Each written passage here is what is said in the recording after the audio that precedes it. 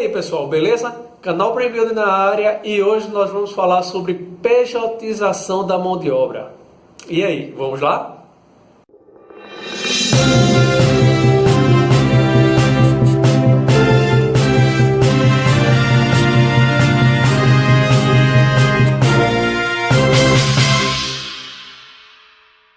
Gente, esse assunto é um assunto bastante polêmico e eu quero dizer antes que aqui eu não estou fazendo juízo de valor do tipo, tá certo ou tá errado. Na verdade, pela lei tá errado. Mas por outro lado eu entendo que isso é uma tática do mercado de trabalho para poder se livrar muitas vezes dos altos impostos que tem no nosso país e de algumas vantagens, não digo a vantagem, mas alguns ganhos trabalhistas que nós tivemos de Getúlio Vargas para cá. Mas enfim, vamos falar um pouquinho sobre pejotização, sobre valores e como isso impacta na nossa vida de trabalhador. Primeira coisa, vamos entender o que é esse neologismo chamado pejotização. Primeiro é o seguinte, eu, Vilbert, que tenho um CPF, sou uma pessoa física.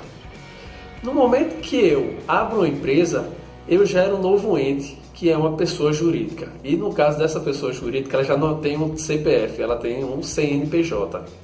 E aí, essa pessoa jurídica, abreviando, se torna PJ. E aí, de onde vem o termo pejotização, ou seja, eu estou transformando o PF, uma pessoa física, em uma pessoa jurídica, logo eu estou pejotizando. Isso, claro, isso foi um termo que o pessoal usou para poder dar nome a isso que não tinha. Então, a pejotização nada mais é do que transformar uma pessoa física em pessoa jurídica. E como é possível fazer essa transformação de pessoa física para pessoa jurídica? Na verdade, a empresa que nos contrata muitas vezes de pequeno, grande ou médio porte, ela pega aqueles altos salários que incidem uma grande carga de encargos sociais e aí faz o seguinte, olha, esses cargos aqui eu não quero mais ter como meu funcionário, eu quero ter como meu prestador de serviço. No final das contas, acaba não mudando nada, você acaba tendo que seguir as regras da empresa, seguir os horários da empresa, acaba sendo tudo muito semelhante, pelo menos na parte das ordens e também na teoria.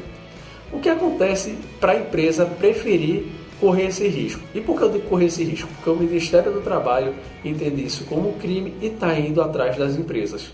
E aí o que acontece? Mas vamos lá. Por que a empresa corre esse risco? Vamos fazer um exemplo. O exemplo que eu vou dar é o seguinte. Imagina um funcionário que ganha um salário de R$1.000.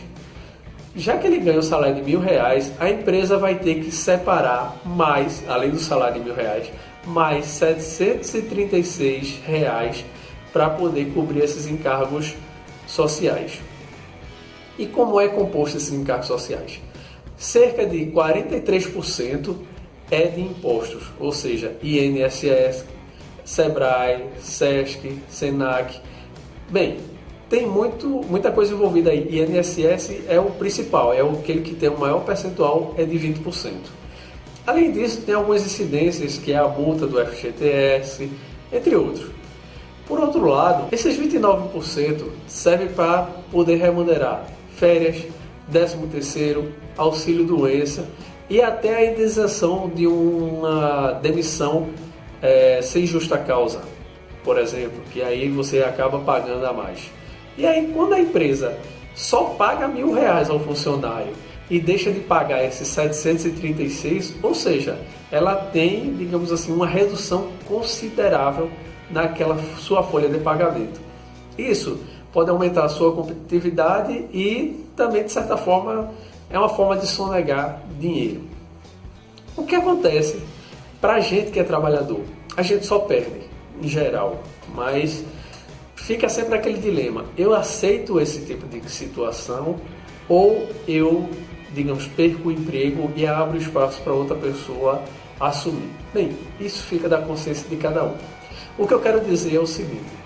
Caso você opte por não aceitar, eu acho que você está se livrando de duas coisas.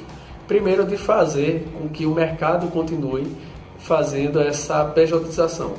Por outro lado, você também evita de estar cometendo crime. Porque querendo ou não, além dele estar lhe contratando dessa forma, você também está incorrendo em crime porque você está aceitando. Então, no final das contas, você também faz parte do esquema. Vamos colocar dessa forma. Se você aceitar, é aquela questão que você tem que ponderar, que é o seguinte: se você recebe R$ 1.000, mas querendo ou não, você tinha direito a INSS, FGTS, no caso, 13º salário e férias, você tem que tentar de alguma forma reaver isso. Como? Seu salário já não vira mais R$ 1.000. Seu salário, teoricamente, teria que ser os R$ 1.000 mais os 29% que você tinha direito antes e que você deixou de ter. Na verdade, a conta está muito grosseira, eu entendo, mas é interessante que vocês entendam isso em números reais. Além disso, no momento que você abre uma empresa, você tem custos que você não tinha antes. Ou seja, o seu salário, que era de R$ 1.000, você vai ter que ainda pagar com isso a mensalidade de um contador, a mensalidade de um escritório, mesmo que seja virtual, ou seja, isso tem um custo. Você vai ter que, além disso, de 6 em 6 meses, pagar o SIM da prefeitura, ou seja, por você ter um cadastro municipal, você vai ter que sempre pagar de 6 em 6 meses, e fora outras despesas que você tem como empresa. E na hora de você emitir a sua nota fiscal, pode ter certeza, vai levar mais uma abocanhada do governo. Então, gente, o que acontece? Quando você antes recebia R$ 1.000, você, além de estar beneficiando a empresa por aceitar isso, você está dilapidando aquilo que era seu salário. Ou seja, você vai ter que realmente, volto a dizer, você vai ter que pagar uma série de coisas que antes você não pagava e ainda vai deixar de receber benefícios que você recebia antes como funcionário. E aí cabe de cada um avaliar o que é mais interessante para ele. Ficar desempregado e buscar uma empresa que realmente lhe valorize como pessoa física, ou aceitar essa regra da pessoa jurídica. Bem, gente, então o que eu aconselho a vocês é o seguinte: pensem muito na hora de optar, façam suas contas, verifiquem isso, lembrem que, querendo ou não, por aceitar vocês estão infringindo a lei e que mais cedo ou mais tarde vocês podem pagar por isso. Porém, eu acho que é importante também lembrar que cada um sabe o seu futuro. Então, muitas vezes você pode abrir uma empresa, participar dessa pejotização, mas também você pode prestar serviço para outras empresas. Você pode fazer serviços por fora, por que não? Você não tem mais vínculo com aquela empresa. E aí você pode emitir nota fiscal para A, para B ou para C. E aí vai de cada um. Bem, gente, eu espero que esse vídeo tenha esclarecido um pouco sobre esse assunto. É um assunto extenso, polêmico.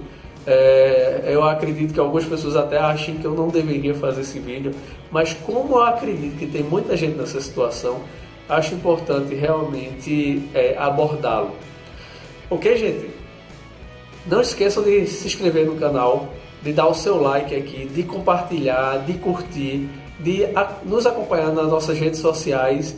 E lembrando, o canal Brain Building ele serve para criar conteúdo, mas também para divulgar os nossos cursos. Então, agora em setembro e em outubro teremos novos cursos de licitações, cursos de orçamento, curso de planejamento também, e provavelmente, ainda vamos confirmar, tem algumas novidades aí, alguns cursos bem legais que não tem no mercado. Beleza? Valeu, até mais!